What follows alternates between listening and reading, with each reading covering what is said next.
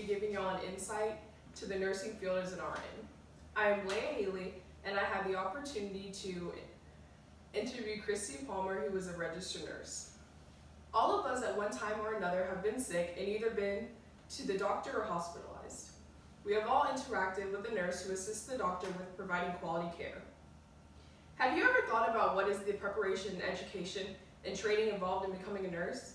Well, today I'm going to share with you one nurse's path to the profession and share with you the education and training involved in becoming a nurse. My purpose of this speech is to inform my audience on the path needed to become a registered nurse and the details involved within this career. So the first thing that I asked Christy was the job description of an RN. So the daily requirements that an RN has to do is assess the patient. So assessing the patient could involve listening to their lung sounds, checking their pupil reactions, checking their skin and for any type of breakdown, bruising, injuries, or swelling, and looking at them head to toe and notating anything that they may seem as odd. Another thing that they may do is administer medications. So they verify which medications go together and make sure that they don't counteract each other. They give IV maintenance. They initiate them, maintain them, and they clean them out every day before and after medication administration. Another thing that they do is patient care. So they make sure that the patient and their family has everything that they could possibly need. They educate the patient on the care that they need to do at home or while in the hospital. They educate them on healthier ways of living, so a better diet, or they give them the resources they need when they leave the hospital, or refer them to places if they need financial help with getting medical equipment. The second thing I asked Christy was rewards of being an RN. So she explained the patient and doctor bond. So when patients come in and they're feeling really bad, then you work with them for 3 to 4 days to get a continuative care.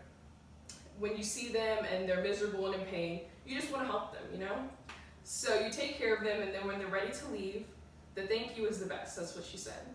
So when someone looks at you and says, thank you for the care that you provided me, you made me feel like I really mattered, you know? That's the end all be all right there.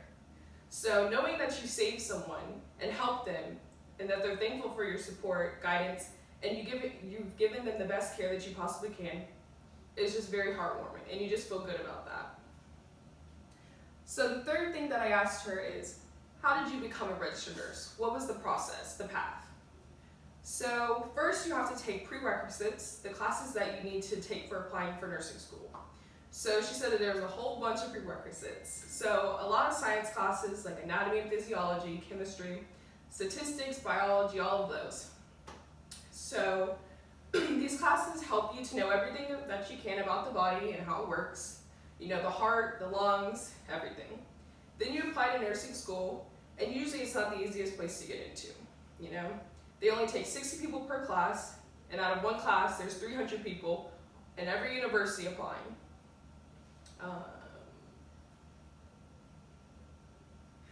So when you take these classes, you learn the basics of the heart and the lungs, the GI tracts, etc. And every class after that, you learn more stuff. So nursing school.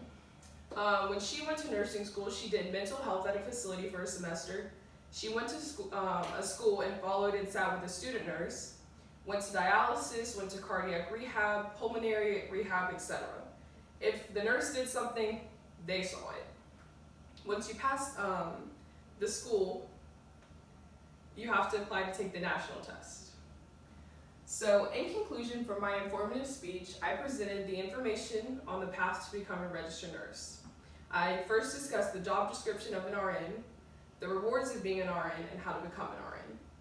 I asked Christy to describe her experience as an RN, and she said life-changing. And I would definitely have to agree with her just by hearing about how patients react to good care and knowing that their life is in your hands. There are many careers in healthcare, but being an RN and having hand-on interactions and being able to say, you saved or changed someone's life is 1 in a million.